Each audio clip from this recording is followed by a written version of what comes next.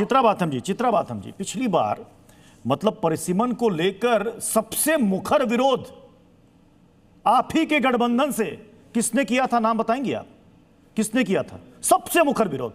बताइए। डीएमके ने, स्टालिन ने क्या किया था? प्रति जला दी थी, उसकी कॉपी जला दी थी बिल की। क्या कहा था? यह काला कानून है। आज वो ये कह रहे हैं अब हम बिल में गुण दोष देखेंगे, विश्लेषण करके अपना फैसला करेंगे और कांग्रेस खैरख्वाह ना बने। मतलब उसके इशारे पर, उसके कहे पर डीएमके नहीं चलेगी, उसका अपना स्टैंड आएगा। मैं आपसे समझना चाहता हूं इतना बड़ा परिवर्तन कैसे आ गया? एनसीपी शरद पवार वो भी कह रहे हैं कि 50% के फॉर्मूले पर हम देखेंगे फिर विचार करेंगे। संजय राउत कह रहे हैं हम देखेंगे विचार करेंगे। यहां तक कि डीएमके जो सबसे बड़ी विरोधी थी वो भी कह रही है गुण दोष देख करके विचार करेंगे, और आप सिरे से खारिज कर रही हैं। यानी एक तरफ आप खड़ी हैं इंडिया ब्लॉक में और दूसरी तरफ बाकी के आपके सहयोगी। ऐसा क्यों चित्रा जी? ऐसा क्यों? ऐसा क्यों? 2 दिन पहले मल्लिकार्जुन खड़गे जी ने पत्र लिख के प्रधानमंत्री से कहा है कि एक ऑल पार्टी मीटिंग को कन्वीन की जाए और इस डिलिमिटेशन बिल के ऊपर प्रॉपरली चर्चा होनी चाहिए ताकि सभी जो इसके बिंदु है, मुख्य बिंदु है, उस पे सोच विचार करने का वक्त मिले।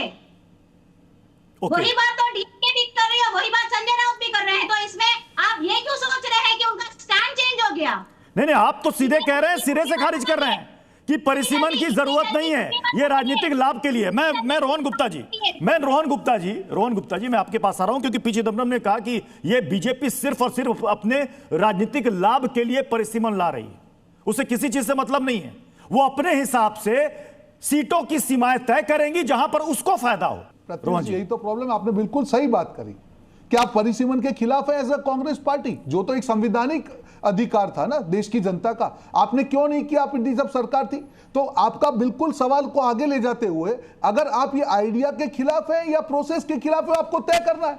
जब आपके बिल सामने आएगा उसको पढ़ के आपको जो ऑब्जेक्शन आप रेज कर सकते हैं। बट जो सारी पार्टी आपके साथ खड़ी थी इंक्लूडिंग डीएमके, जिनको सिर्फ आपने सत्ता में आने के लिए गच्चा दे दिया और माय ब्रदर स्टालिन रातों रात जो है दुश्मन बन गए, आज उनके ऊपर देख लीजिए, उनको अपना स्टैंड, उनको भी समझ में आ गई कि कांग्रेस पार्टी है, बसपा सूर है, इनके पीछे चलेंगे तो हम बर्बाद हो जाएंगे।